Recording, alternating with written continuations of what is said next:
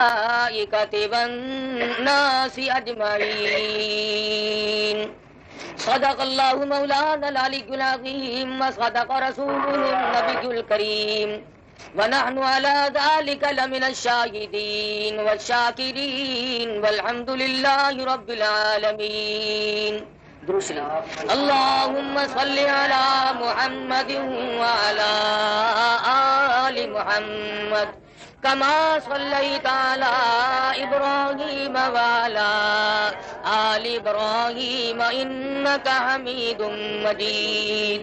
اللهم بارك على محمد وعلى آل محمد كما باركت على إبراهيم وعلى آل إبراهيم إنك حميد مجيد.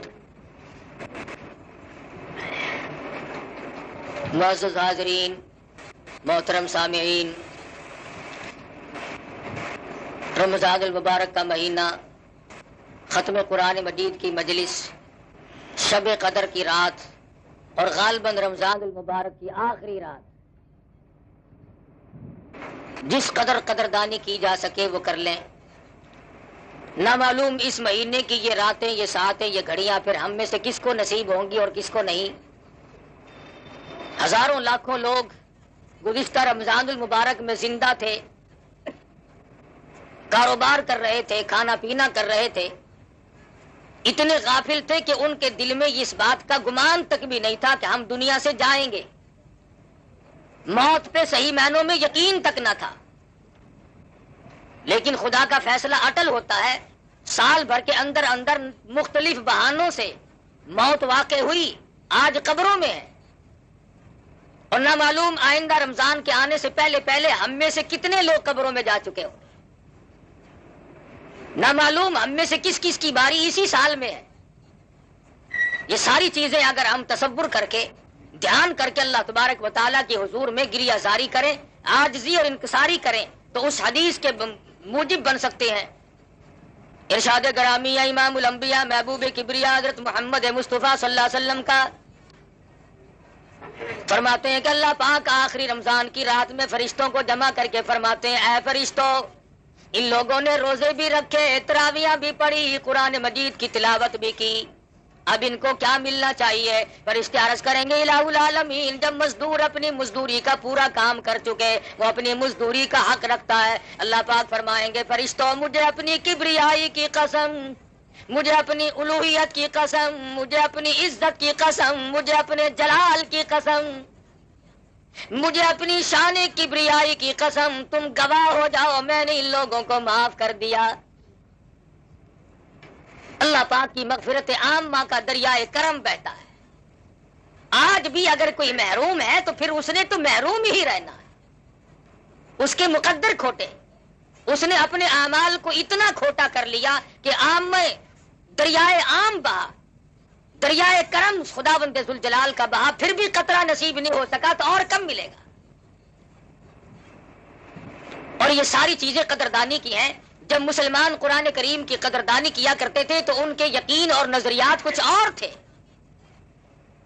مسلمان کا یہ یقین تھا کہ قرآن کریم کا ایک ایک لفظ حق ہے، سچ ہے، پک ہے. کیوں؟ اس لیے کہ اس نے تو جس نے قرآن مجید ہاتھ میں اٹھایا اور سورۃ فاتحہ کی تلاوت کی اور الف لام میم کے بعد وہ جب پڑھنے لگا تو قرآن مجید نے خود کہا، اور میرے تلاوت کرنے والے، پڑھنے والے، ذالک الکتاب لا ریب فیہ، دل مل یقین کے ساتھ میری تلاوت نہ کرنا، کچا یقین رکھتے ہوئے میری تلاوت کرنے کی کوشش نہ کرنا. لا ریب فیہ، یہ وہ کتاب ہے جس کے آئین میں، جس کے قانون میں، جس کے احکام میں ذرہ برابر بھی شک کی گنجائش نہیں. وہ سب سے پہلے مطالبہ کرتا ہے، پہلے یقین کامل پیدا کر، اس کے بعد تلاوت کی طرف آنا. اور فرمایا ادب کرنا بھی سیکھ لے. لا یمسہ الا المطہرون، خبردار قرآن مجید کو بغیر وضو کے ہاتھ نہیں لگانا. کیوں؟ اس لیے تنزیل من رب العالمین، یہ رب کی طرف سے آیا ہوا کلام ہے، کسی آدمی کا کلام نہیں، کسی وزیر کا کلام نہیں، کسی بادشاہ کا کلام نہیں، یہ خداوند ذوالجلال کا کلام ہے۔ اس کی کریمی کا کیا کہنا؟ ارے رمضان المبارک میں اتنی رحمت عامہ کا دریائے کرم بہایا گیا، فرمایا ہے میرے بندے تو مانگ کیا مانگتا ہے؟ صحابہ کہتے ہیں کہ صبح سے لے کر شام ہو جاتی تھی، اور رات سے صبح سے لے کر شام ہو جاتی تھی، اور شام سے صبح آ جایا کرتی تھی، لیکن صحابہ کرام اس قدر اللہ پاک سے مانگتے تھے، ان کی آنکھ کا مانگتے مانگتے آنسو خشک نہیں ہوا کرتا تھا۔ اور آڑے سے آڑے وقت میں، اور یقین اصل میں جب تک خدا کی ذات پہ یقین کامل نہ ہو، خدا کے کلام پہ یقین کامل کیسے آئے گا؟ اس کی ذات پہ یقین کامل پیدا ہونا یہ شرط ہے، لا بدی امر ہے۔ صحابہ کرام نے سرکار دو عالم صلی اللہ علیہ وسلم کے ارشاد پہ یقین کیا، مصیبتوں تکلیفوں پریشانیوں کی پرواہ نہ کی۔ تاریخ میں کوئی یہ ثابت نہیں کر سکتا کہ کبھی کسی صحابی نے یہ گلہ کیا ہو، یہ شکوہ کیا ہو کہ ایمان کی وجہ سے مجھ پہ مصیبتوں کے پہاڑ آ پڑے، میں نے بڑی غلطی کی ہے، ایمان قبول کر کے میں نے غلطی کی ہے۔ کوئی صحابی یہ نہیں کہتا، کبھی نہیں کسی نے، چاہے اس کی اپنی جان پہ پڑے، اور چاہے صحابہ کو اپنے بچوں کے قیمے اپنی آنکھوں سے دیکھنے پڑے، اور چاہے صحابہ کرام اور صحابیات نے اپنے بچوں کو پیاسے اور بھوک کے مارے اپنی گود میں اتنی زبان باہر نکال کر تڑپ کر ایڑیاں رگڑ کر مرتے تو دیکھا، پر صحابی نے کبھی اس بات کا اپنے زبان سے اقرار نہ کیا اور گلہ نہ کیا، شکوہ نہیں کیا کہ خدا پر ایمان لانے کی وجہ سے میرے بچے کا کیا حال بنا ہے۔ آج وہ یقین نہیں، جنہیں وہ یقین ملا ان کے کچھ اور حالات ہیں۔ سیدنا ابراہیم علیہ الصلوۃ والسلام ہے، باپ بت گر نہیں بلکہ بت پرست ہے، بت بنانے والا ہے، بت پرست بھی ہے، بت پرست نہیں بلکہ بت گر ہے، بت بناتا ہے۔ عجیب تجارت نکال رکھی تھی خلیل اللہ کے باپ نے، والد نے۔ کئی لوگ یہ کہتے ہیں کہ آزر کی عقل ماری گئی تھی، پتھروں کے خدا بناتا تھا۔ پتھر کے خدا بنانا مشکل ہے، کیا ہم نے اپنے آپ کو خدا نہیں بنایا ہوا؟ قرآن کہتا فرأیت من اتخذ الہہ ہواہ، آپ ان لوگوں کو بھی دیکھیں گے جنہوں نے اپنی خواہشات کو، اپنی مرضیات کو اپنا خدا بنایا ہوا ہے۔ جو دل میں آ گیا، جو میرے پسند آئے وہ صحیح، اور جو میری سمجھ میں نہ آئے وہ غلط۔ قرآن کریم کا فیصلہ ہے کہ اے محمد عربی صلی اللہ علیہ وسلم، آپ ان لوگوں کو بھی تو دیکھیں گے جنہوں نے اپنی خواہشات کو، اپنی مرضیات کو، اپنی تمناؤں کو اور اپنی اغراض کو، اپنے مقاصد کو اپنا الہ بنایا ہوا ہے۔ آج ہم کب سوچتے ہیں کہ خدا کا فرمان کیا ہے؟ ہم تو یہ سوچتے ہیں کہ میری غرض کہاں ہے، میرا فائدہ کیسے ہے۔ بس یہ فرق ہے صحابہ کے ایمان میں، میرے اور آپ کے ایمان میں۔ صحابہ یہ کہتے تھے میری جان بچے یا نہ بچے، ایمان بچے۔ ہم کہتے ہیں کارخانہ لگے، بنگلہ بنے، کوٹھی تیار ہو، ایمان کا بیڑا غرق ہوتا ہے تو ہو جائے۔ یہ فرق ہے ہم میں اور صحابہ کرام میں۔ ابراہیم علیہ السلام کا والد بت بناتا ہے پتھر کے، اور ہم نے اپنے آپ کو بت بنایا ہوا ہے۔ جب اللہ تبارک و تعالیٰ کی ذات و صفات میں کوئی شرک کرتا ہے، اس کی عقل کا دیوالیہ نکل جاتا ہے، دیوالیہ نکل جاتا ہے۔ ابراہیم علیہ السلام کے سر پہ ٹوکرے میں پتھروں کی بت بنا کر کے رکھ دیتا، جا میرے بیٹے خداؤں کو بیچ کے آ، معبودوں کو بیچ کے آ۔ ابراہیم علیہ السلام بازار میں گلی میں نکلتے ہیں، آواز لگاتے ہیں لوگوں لے لو خدا پر ہیں جھوٹے، خدا خریدنے والوں آؤ، جس نے خدا خریدنے ہو وہ آ جائے۔ اور کبھی کبھی ایسا ہوتا کہ جو کل دے کر آئے تھے، بچے عورتیں آئی، انہوں نے کہا کل جو تو خدا دے گیا تھا اس کا تو کان نہیں ہے، ہمیں تبدیل کر دے۔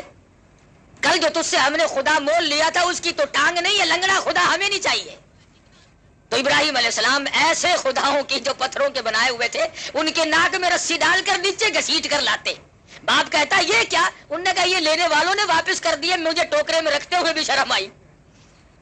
ہائے ہائے ابراہیم، تم کتنے خدا کو مانے ہوئے ہو، تم ہر رنگ میں یہ سمجھانے کی کوشش کر رہے ہو کہ خدا کے سوا حاجت روا کوئی نہیں، مشکل کشا کوئی نہیں، بگڑی بنانے والا کوئی نہیں، ارے کسی کو بسا کر اجاڑنے والا کوئی نہیں، آباد کو برباد کرنے والا کوئی نہیں، اور برباد کو آباد کرنے والا اس کی ذات کے سوا کوئی ہے ہی نہیں۔ سیدنا ابراہیم علیہ السلام کی یہ حرکتیں دیکھتا رہا آزر کہنے لگا مجھے پتا چل گیا تو میری بات کے خلاف ہے، میں بت بناتا ہوں خدا بناتا ہوں، تو ان کے خلاف معلوم ہوتا ہے۔ تھوڑا سا موقع مل گیا خلیل اللہ کو، فرمانے لگے اے میرے محبوب صلی اللہ علیہ وسلم وَاذْكُرْ فِي الْكِتَابِ إِبْرَاهِيمَ إِنَّهُ كَانَ صِدِّيقًا نَبِيًّا۔ اے میرے نبی صلی اللہ علیہ وسلم اپنی کتاب مقدس میں ذرا ذکر تو کرو ابراہیم علیہ السلام کا، کتنے سچے پیغمبر تھے۔ انہوں نے اپنے باپ سے کہا اذ قال لأبیہ یا ابت لم تعبد ما لا يسمع ولا يبصر ولا يغنی عنک شیئا۔ اے میرے ابا جان، ان خداؤں کی ان بتوں کی پوجا کرنے سے کیا فائدہ جو نہ نفع پہنچا سکے نہ نقصان پہنچا سکے نہ دیکھ سکے نہ سن سکے۔ آج سارا چاند کہتا ہے ابراہیم علیہ السلام کا والد پاگل تھا، وہ لوگ بڑے بے وقوف اور احمق تھے جو پتھروں کو خدا مانتے تھے، جو نہ سنے نہ دیکھے نہ نفع نقصان کے مالک بن سکے۔ ارے تم کون سے عقل مند ہو، آج تم نے خدا کو چھوڑ کر خدا کے بندوں کو مشکل کشا سمجھا ہوا ہے۔ کیا آج لوگ نہیں کہتے فلاں یوں کر دے گا، فلانا ملک کو آسمان میں لے جائے گا، فلانا ملک کو چاند پہ پہنچا دے گا، فلانا ملک کو یوں کر دے گا۔ اللہ پاک فرماتے ہیں او ظالمو تم اپنی زبانوں سے کیا بک رہے ہو، الیس اللہ بأحکم الحاکمین۔ کون ہے مجھ سے بڑا بادشاہ، کون ہے زمینوں کا مالک، کون ہے آسمانوں کا مالک؟ تبارک الذی بیدہ الملک وہو علی کل شیء قدیر۔ برکتیں میرے ہاتھ میں ہے، راج سارے جہان میں میرا۔ خامخواہ لوگ اپنے آپ کو خدا بنائے بیٹھے ہیں۔ فرمایا جو میں نے قرآن بھیجا ہے، جو تمہارے لیے ضابطہ بنا کر کے بھیجا ہے، جو دستور بنا کر کے بھیجا ہے، تمہیں اس کی پیروی کرنی پڑے گی۔ اگر تم اس کے علاوہ اور نظریات لے کر آؤ گے اور دستور زندگی بناؤ گے اور اپنے طرح طرح کے آئین بنا کر کے بیٹھو گے، اللہ پاک فرماتے ہیں میرے آئین میں تم شرک کرو گے، پھر میرے یہاں تمہارے لیے کوئی ٹھکانہ نہیں۔ خدا کا بھیجا ہوا دستور، خدا کا بھیجا ہوا آئین اور امام الانبیاء محبوب کبریا حضرت محمد مصطفیٰ صلی اللہ علیہ وسلم کا لایا ہوا دستور، اس کی خلاف ورزی دیکھنا آنکھوں سے کتنی غلطی ہے۔ آج ہم کیا کر سکتے ہیں؟ سید عطا اللہ شاہ صاحب بخاری سب قید رحمت اللہ علیہ، اللہ پاک کی کروڑ رحمت نازل ہو اس مرد قلندر کی قبر مبارک پہ آمین کا۔ لاہور میں تقریر فرمائی اور موقع تھا، راجپال نے رنگیلے رسول کے نام سے ایک رسالہ کتابچہ لکھ مارا، اس میں سرکار دو عالم صلی اللہ علیہ وسلم کی شان میں گستاخی کی۔ یہ بھی وہی وقت تھا، شاہ جی نے تقریر فرمائی، دائیں طرف علماء بیٹھے تھے، سامنے مجمع بیٹھا تھا، بائیں طرف کچھ اوباش قسم کے لوگ بیٹھے تھے نوجوان۔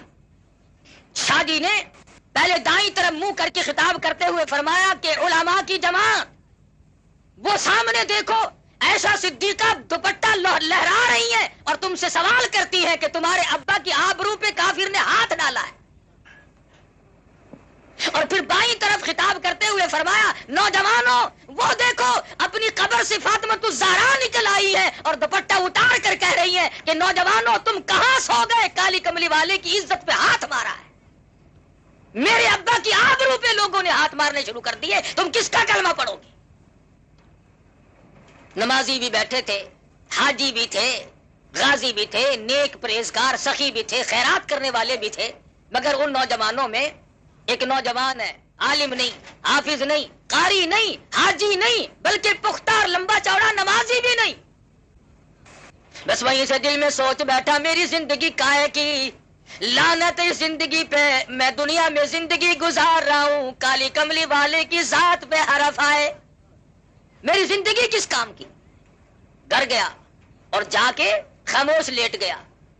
اماں نے پوچھا کیا بات ہے، کسی سے لڑ جھگڑ کر کے تو نہیں آیا، اداس سا کیوں ہے؟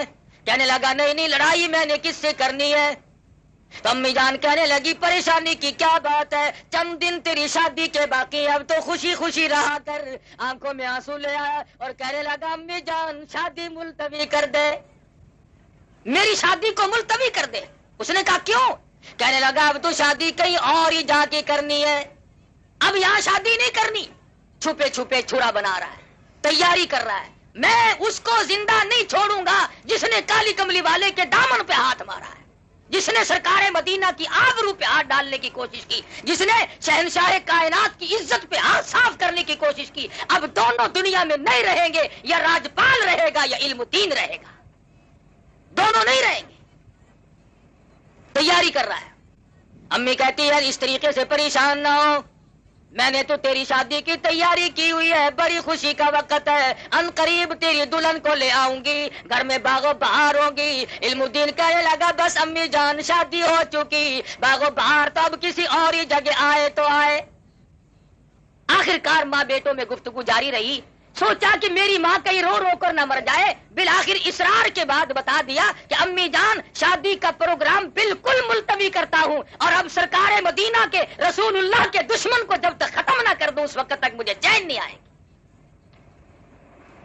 ماں بھی ماں تھی، دامن پھیلا دیا، جولی پھیلا کر کہنے لگی میرے بچے اور نوجوان، اگر تیرے ایسے عزائم ارادے ہیں، میں غریب، میں ان پڑھ عورت اللہ پاک کی حضور میں دعا مانگتی ہوں، مولا میرے بچے کو قبول فرما۔ دعا مانگ رہی ہے، مشورے نہیں کرتا، تدبیریں نہیں بناتا، تجویزیں نہیں کرتا، یار دوستوں سے پوچھتا نہیں پھرتا، جس نے کچھ کرنا ہو وہ نہیں پوچھا کرتا۔ وہ چھرا لیا اور انارکلی کے بازار میں پہنچا، اور وہاں جا کر کے راجپال کو چھرا مارا، اور اسے ختم کرنے کے بعد خود تھانے میں پیش ہو گیا۔ انگریز کا زمانہ تھا، آخر گرفتار تو ہونا ہی تھا، میاں والی جیل میں ڈال دیا گیا۔ بمبئی سے بڑے بڑے وکیلوں کو بلایا، پاکستان کے بانی محمد علی جناح جو اس وقت وکالت کیا کرتے تھے ان کو بلایا گیا۔ تو جب ملاقات کی جیل میں تو یوں کہا کہ علم الدین انکار تو کر دے، چھڑا میں لوں گا۔ اس نے کہا کیسے؟ کہ اس سے انکار کر دے کہ راجپال کو میں نے نہیں مارا۔ کہنے لگا نمازی میں نہیں، حاجی میں نہیں، لمبے چوڑے پرہیزگار متقی میں نہیں، تسبیح میں نے نہیں پھیری، تلاوتیں میں نے نہیں کی، ارے ساری عمر گناہوں میں گزاری، ایک ہی تو نیکی کی ہے، اسی سے انکار کر دوں؟ تمہیں کس نے کہا کہ میرا پروگرام بچنے کا ہے؟ میں بچنے کا ارادہ ہی نہیں رکھتا۔ چنانچہ صاحب کہہ دیا وکیل صاحب نے کہ بچنا محال ہے، بس قصہ ختم ہے، یہ انکار نہیں کرے گا، بچے گا نہیں۔ چنانچہ سزائے موت آخر ہوئی۔ مولانا قاضی احسان احمد شجابادی سب قید رحمت اللہ علیہ فرماتے تھے کہ جس وقت جیل میں ملاقات کرنے گئے تو جیل کے سپرڈنٹ نے بتلایا کہ رات کو علم الدین کی کوٹڑی سے ایسے نور کی روشنی نکلتی ہے، آسمان تک بلند ہو جاتی ہے۔ تمام لوگوں نے دیکھا، سب لوگ دیکھتے تھے۔ بالآخر وہ گھڑی آ پہنچی، سزائے موت ہو گئی، پھانسی کا وقت قریب آ گیا، پھندے کے قریب پہنچا، عزیز رشتہ دار آئے، ملنے جلنے والے لوگ، مسلمان ہمدرد آدمی کہنے لگے علم الدین کوئی تمنا ہو تو بتاؤ، کوئی آرزو ہو تو کہہ لو، کسی قسم کی حسرت ہو تو بیان کرو۔ پھندا پکڑ کر کہنے لگا بس اب ایک ہی تمنا ہے، ایک ہی آرزو ہے، ایک ہی حسرت ہے، اور وہ یہ کہ جو تجلی، جو نور، جس چیز کا دیدار جیل کی کوٹڑی میں بار بار ہوا، علم الدین کی تمنا بس اب ہر وقت وہی دیدار کرتا رہوں۔ علم الدین تو دنیا میں اب نہیں رہے گا، تیرا آخری وقت آ پہنچا، پھندا تیرے سامنے پھانسی کا موجود ہے۔ چوم کے کہنے لگا لوگوں تمہاری نظروں میں یہ موت کا پھندا ہے، میری نظروں میں محبوب کو ملنے کا دروازہ ہے۔ تم اس کو موت کا پھندا کہتے ہو، میں اس سے آقا سے ملنے کا ایک دروازہ کہتا ہوں۔ ادھر موت آئے گی، ادھر میں اپنے آقا سے ملوں گا۔ مجھے بڑی خوشی ہے، میں غم میں جان قطعاً نہیں دے رہا، بس یقین بیٹھ جو گیا۔ دیکھا دنیا نے کہ دنیا کے سامنے کیا ہوا، اور صحابہ اکرام کا تو کیا کہنا کہ انہوں نے اپنے اپنے وقت میں اور اپنے اپنے انداز میں اللہ تبارک و تعالیٰ کے ایک ایک حکم پہ جان کی بازی لگائی۔ توحید باری تعالیٰ صحابہ اکرام جب بیان کرتے تھے، اپنے ایمان کا اعلان کرتے تھے تو سارے کافر دشمن ہو جاتے تھے، اپنے بھی پرائے، یاریاں ٹوٹتی تھی، رشتہ داریاں ٹوٹتی تھی، عزیز و اقارب الگ ہوتے تھے، مقام جاتا تھا، حتیٰ کہ وطن کو بھی خیر باد کہنا پڑا صحابہ کرام۔ اور دوسری طرف ان کو تمام چیزیں یوں میسر تھی،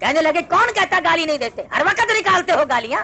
اس نے کہا نا میں نے گالیاں کب نکالی. انہوں نے کہتا نہیں کہ سارے جہان کے خدا جھوٹے ہیں, تمام خدا غلط ہیں, بس ایک خدا صحیح ہے, وہی حکم الحاکمین. انہوں نے کہا یہ گالی ہے کہ ہاں یہی تو گالی ہے. حضور صلی اللہ علیہ وسلم نے فرمایا کہ تمہارے نزدیک اگر یہ گالی ہے تو مجھے خدا کا حکم ہے کہ میں یہ پیغام پہنچاتا رہوں چاہے میری ہڈیاں بھی ختم کر دی جائیں. ابو طالب بیچارہ کیا سمجھتا, وہ سمجھا کہ ضد کر رہے ہیں, ضد ہو رہی ہے. آئے آئے کہہ بیٹھا, کہنے لگا میرے بھتیجے اب اگر تو ان کی بات کو نہیں مانتا تو آج کے بعد میرا سہارا نہ تکنا. یہ سہارے والا مسئلہ بڑا غلط ہے. کوئی کہتا ہے کہ جی میرے ماں باپ ہیں, اگر میں کما کے نہ کھلاؤں تو وہ بھوکے مر جائیں گے. کوئی کہتا ہے جی میرا استاد ہے, اگر ہم نہ اس کو کھلائیں تو وہ مر جاتا. مقتدی کہتے ہیں کہ اگر امام کو ہم نہ کھلائیں تو اس کا تختہ کبھی سے نکل گیا ہوتا. یہ سہارے, اللہ پاک نے سارے سہارے توڑے. ابو طالب کہنے لگا میرا سہارا نہ تکنا, میں اب تمہارا ساتھ نہیں دے سکتا. سرکار دو عالم سب کہہ دو صلی اللہ علیہ وسلم کی آنکھوں میں آنسو آ گئے. فرمایا چچا جان آج تک تم نے غلط سمجھا کہ میں تمہاری کمر پہ تمہارے بلبوتے پہ یہ سب کچھ کر رہا ہوں. ہٹو آپ بھی ایک طرف ہو کے دیکھ لو, وہ خدا میری حفاظت کرنے والا ہے, وہ مالک کائنات, وہ بے نیاز خدا ہے, وہی میری حفاظت کرے گا. مکے کے لوگ پہلے تو اکڑے, کفر کی یہ عادت ہے پہلے اکڑتا ہے, بڑا زور دکھاتا ہے, ہم یوں کر دیں گے, دیکھنا جی ابھی رگڑ دیتے ہیں, اور جب سامنے آئے اسی وقت ہی کر کے چپ ہو جاتے ہو. نہیں جی نہیں ایسی دہ میں گل کی تھی, ایسی کو لڑ لگے, بس فوراً ڈھیلے پڑ جاتے ہیں اسی وقت. پہلے دماغ میں تھوڑی سی خرخشی ہوتی ہے, جب سامنے آیا حق, جال حق کو زہق الباطل ان الباطل کان زہوقا, جب حق آئے گا باطل بھاگے گا, اسلام آئے گا تو کفر کا ستیہ ناس اور بیڑا غرق ہوگا, رہ ہی نہیں سکتا کفر پھر. اور مجھے افسوس ہے کہ آج کی دنیا میں تمہارے پاس 6666 قرآن کی آیات موجود ہیں. ارے 8 لاکھ سے زیادہ پیغمبر کے ارشادات کا ذخیرہ موجود ہے. 1,29,000 صحابہ کرام کے قول و افعال اور عمل موجود ہیں, اور بڑے بڑے بزرگ اور ائمہ کی زندگی موجود ہے. آج بھی لوگ کیا کہتے ہیں, پتہ نہیں کیڑے پاسے حق ہے, سانو تے ایویں نظرتا ہے. کتنے بڑی بے ایمانی کے الفاظ ہیں. کاکا جے ہن تائیں پتہ نہیں لگا تو پھر لگنا ہی نہیں. جو اب تک پتہ نہیں لگا پھر لگے گا قبر میں, پھر آگے پتہ لگے گا, پھر پرسلات میں پتہ لگے گا, پھر موت کے جھٹکے کے وقت پتہ لگے گا. اگر اب بھی تجھے قرآن سمجھ میں نہیں آیا تو پھر آئے گا ہی نہیں, پھر کب آنا ہے. سرکار دو عالم صلی اللہ علیہ وسلم کے پروگرام میں دخل اندازی کرنے والے لوگ دنیا میں اس قدر ذلیل ہو کر کے مرے کہ تاریخ آج ان کے بعد کوئی اور ایسی نظیر پیش نہیں کر سکتی. فرمایا فلا تطع المکذبین ودوا لو تدہن فیدہنون. اے میرے محبوب صلی اللہ علیہ وسلم آپ بالکل بھی ڈھیلے نہ پڑے, ان کے پیچھے نہ لگنا, میں خدا آپ کا نگہبان اور محافظ ہوں, کوئی پرواہ نہ کرو, آپ ہے اور میں ہوں, بس کسی کی کیا حاجت باقی ہے. تو صحابہ کرام نے اپنے اپنے وقت میں ایسا انداز اختیار کیا, اللہ غنی, مرد تو مرد رہے, عورت ہے, عورت ساتھ ہے. اور کتنی خوش نصیب مائی ہے, خامند بھی صحابی, بیٹا بھی صحابی, خود بھی صحابیہ, خود بھی صحابیہ. ارے قربان کر دوں 2 جان کی دولت ہے اس مائی کی جوتے سے اڑی ہوئی خاک پہ جس کا پورا گھرانہ کالی کملی والے کا غلام بن چکا ہو, اور غلام بھی اس طرح کا. ابو جہل کو مکے میں صرف سمیہ ملتی تھی, اسے اور کوئی نہ ملا. اسے ڈھونڈ کر کیوں لایا؟ ایماندار اور بھی تو تھے, اس کے بیٹے کو پکڑ کے لاتا, اس کے خامن کو پکڑ کے لاتا, خاندان کے اور لوگوں کو اس طریقے سے کیوں نہیں مارا؟ اس لیے کہ بیٹا جوان تھا, خامن بھی طاقتور تھا, اور لوگوں کی جانوں میں جان تھی. ابو جہل مکے کا بدماش تھا, کہنے لگا کمزور کو مارنا آسان ہے, کمزور کو مارنا آسان ہے. سمیہ اس قدر بڑھیپا طے کر چکی تھی, گردن ہلتی تھی, زبان تتلاتی تھی, ہاتھ حرکت کرتے تھے, گردن میں ہاتھ پاؤں میں ریشہ آ چکا تھا, لیکن خداوند ذوالجلال کا دیا ہوا ایمان اور نبی کا عطا کردہ کلمہ اور اللہ کی توحید کو سمیہ نے اپنی رگوں میں ایسا بسایا تھا کہ زمین و آسمان ہل سکتے ہیں, پر سمیہ کے ایمان میں فرق نہیں آ سکتا. اتنا مضبوط ایمان تھا.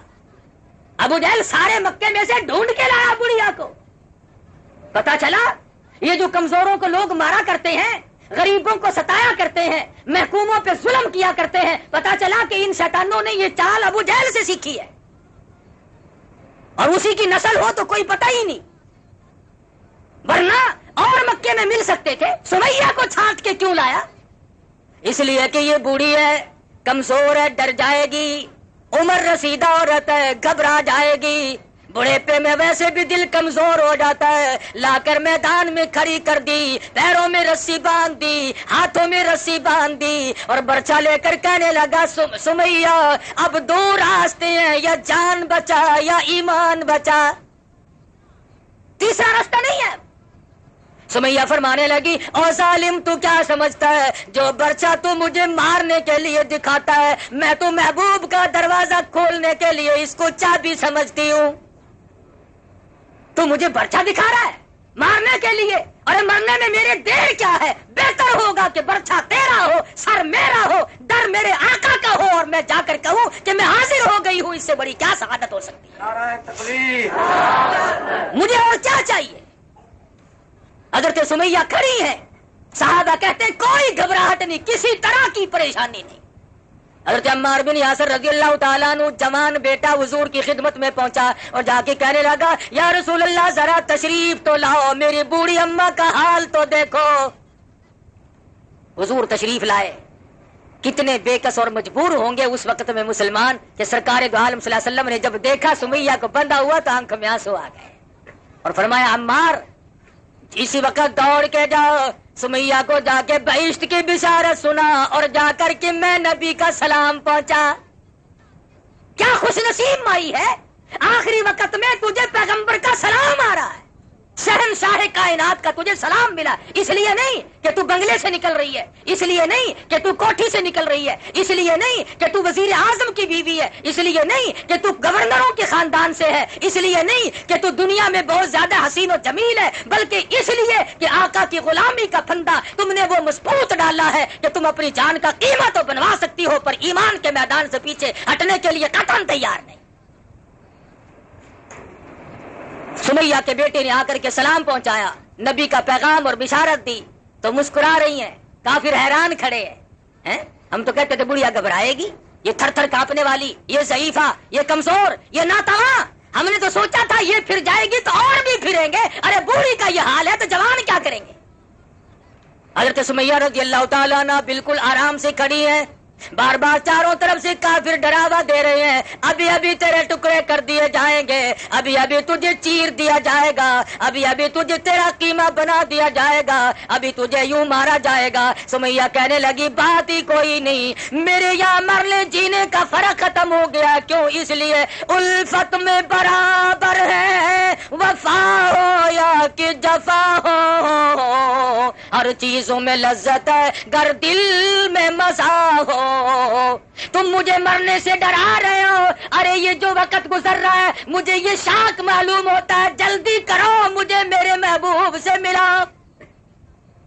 یہ موت میرے لیے دروازہ بنے گا, میں اپنے پروردگار سے ملوں گی, میں اپنے کلمے کی شہادت دوں گی, میں اپنے مضبوط ایمان کا اظہار کروں گی, میرے یہاں گھبراہٹ کا نام و نشان نہیں,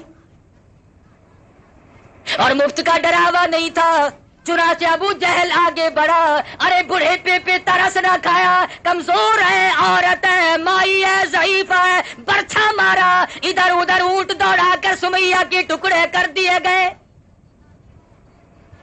مجال ہے جو ایمان میں ذرہ برابر بھی تزلزل آیا ہو یا گھبراہٹ آیا ہو, ارے ایمان ہو تو ایسا ہو, خدا کے قرآن کی عظمت ہو تو ایسی ہو. آج ہم اپنے آپ کو مسلمان بھی کہلاتے ہیں, اور ذرہ برابر بھی تکلیف کا تحمل کرنے کے لیے ہم لوگ تیار نہیں. ہزارہ واقعات ہیں صحابہ کرام کے، ارے جنہوں نے اللہ کو اپنایا، مجدد الفسانی کو گوالیار کے جیل کے قلعے کے اندر خدا کو پکارنا پڑا اور خدا بند عالم کے نام کی ضربیں لگائی، ابو حنیفہ کا جنازہ جیل سے نکلا، علامہ ابن تیمیہ مرحوم کا جنازہ دمشق کی جیل کے مینارے سے اعلان ہو کر کے باہر آتا ہے، کون ہے جس نے مصیبت نہ سہی؟ اور تمہارے قریب کی بات ہے، یہ ہندوستان کا بادشاہ ظفر انگریزوں نے قید کر لیا، قید کر کے رنگون لے گئے، ہاتھ پاؤں میں بیڑیاں پڑی ہوئی ہیں۔ ایک انگریز افسر نے آ کر کے کہا کہ دوپہر کے وقت تمہاری دعوت ہے۔ شاہ ظفر حیران ہے، کہاں میں قیدی اور کہاں میری دعوت؟ کیا بات ہے کہ نہیں نہیں، انگریز گورنمنٹ نے تمہاری دعوت کی ہے۔ انگریز بڑا بے ایمان تھا، اس نے جس طرح کی گولی کوئی کھاتا دکھائی دیا ویسی گولی ماری، کسی کو سر کا لقب دے دیا، کسی کو جائیداد اور مربے اور جاگیریں دے دی، کسی کو کچھ دیا کسی کو کچھ دیا، تاکہ یہ لوگ اسلام اور مسلمانوں سے غداری کرتے رہیں۔ اور شاباش ہے ان مسلمانوں کو بھی، آج تک بعض لوگ غداری کرتے چلے آتے ہیں، وہ پھر کہتے ہیں جی ہم سے بڑا مسلمان کوئی نہیں۔ اچھا کیا نشانی ہے جی مسلمانی کی؟ کہ دیکھو نا جی میرا ابا سر تھا، سر، انگریز کا دیا ہوا لقب سر کا تھا۔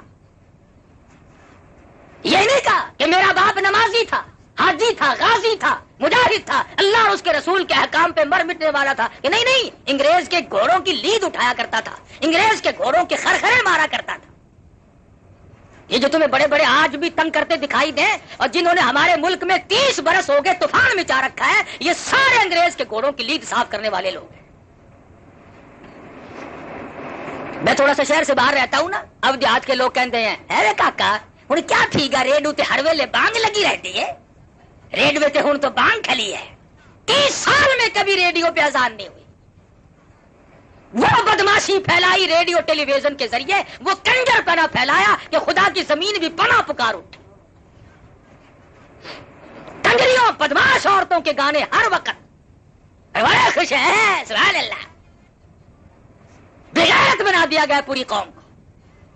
اب پکڑانا خدا نے، اب خدا کو یاد کرتے یا اللہ تو ہی ہے، تو ہی مہربانی کرے گا۔ ہوں تو میں یہ کہہ رہا ہوں کہ مسلمان اپنے انجام سے اس قدر بے خبر کیوں رہتا ہے؟